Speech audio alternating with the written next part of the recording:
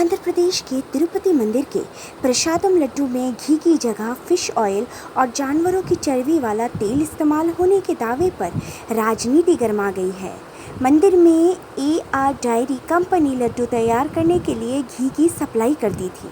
आंध्र प्रदेश के मुख्यमंत्री एन चंद्रबाबू नायडू ने एक दिन पहले ऐसा दावा किया था, फिर गुरुवार को आई रिपोर्ट में इसकी पुष्टि भी हो गई। तिरुमाला तिरुपति देवस्थानम ने दावा करते हुए कहा कि उन्होंने 12 मार्च 2024 को घी की खरीद का टेंडर निकाला था, जिसमें 8 मई को टेंडर फाइनल हुआ, जिसके बाद तमिलनाडु की AR डायरी को ये ऑर्डर मिला क्योंकि इस कंपनी ने 319 रुपये किलो गाय का शुद्ध घी का प्राइस कोट किया था।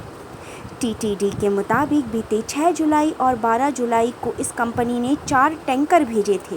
इससे पहले 15 से लेकर 6 जुलाई तक इस कंपनी ने 6 टैंकर भेजे थे, जिसमें से एक टैंकर में 15,000 लीटर घी की सप्लाई होती थी। लेकिन 6 जुलाई को भेजे 2 टैंकर और 12 जुलाई को 2 टैंकर में से सैंपलों में गड़बड़ी के चलते उन्हें गुजरात भेजा गया और बाकी के टैंकरों पर रोक लगा दी गई। हालांकि तिरुपति मंदिर में लड्डू बनाने के लिए अभी जो गाय के घी की खरीदारी हो रही है उसकी कीमत 478 रुपये लीटर है, जिसे कर्नाटक मिल्क फेडरेशन दे रहा है।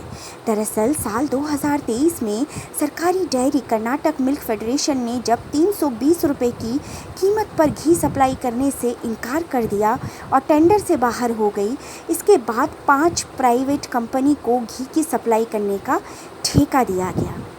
इन 5 कंपनियों में से एक तमिलनाडु की एक company AR dairy and agro foods ने 320 रुपये लीटर घी देने का टेंडर दिया, जिसके बाद उसका टेंडर स्वीकार कर लिया गया और 12 मार्च को टेंडर सबमिट किया गया। इसके साथ ही 8 मई को टेंडर जारी कर दिया गया और 15 मई को सप्लाई ऑर्डर दे दिए गए। इसके 20 दिन के बाद घी की सप्लाई शुरू हो गई।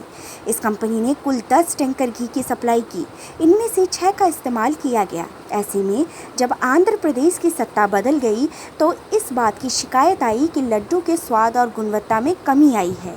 इस मामले को लेकर तिरुमाला तिरुपति देवस्थानम ने एक एक्सपर्ट कमेटी का गठन किया। इस दौरान कमेटी ने सभी 5 सप्लायर्स की घी को टेस्ट करने के लिए कहा गया, जिसमें AR diary and agro food के सैंपल में इंटरनल तौर पर गड़बड़ी पाई गई। बाकी बचे हुए 4 टैंकर को अलग अलग कर दिया गया और इनमें से 2 टैंकर के सैंपल को 6 जुलाई और बाकी 2 टैंकर के सैंपल को 12 जुलाई को गुजरात के नेशनल डेयरी डेवलपमेंट बोर्ड के लैब में टेस्ट के लिए भेजा गया, जहां से जो रिज़ल्ट आया उसने सबको हैरान कर दिया।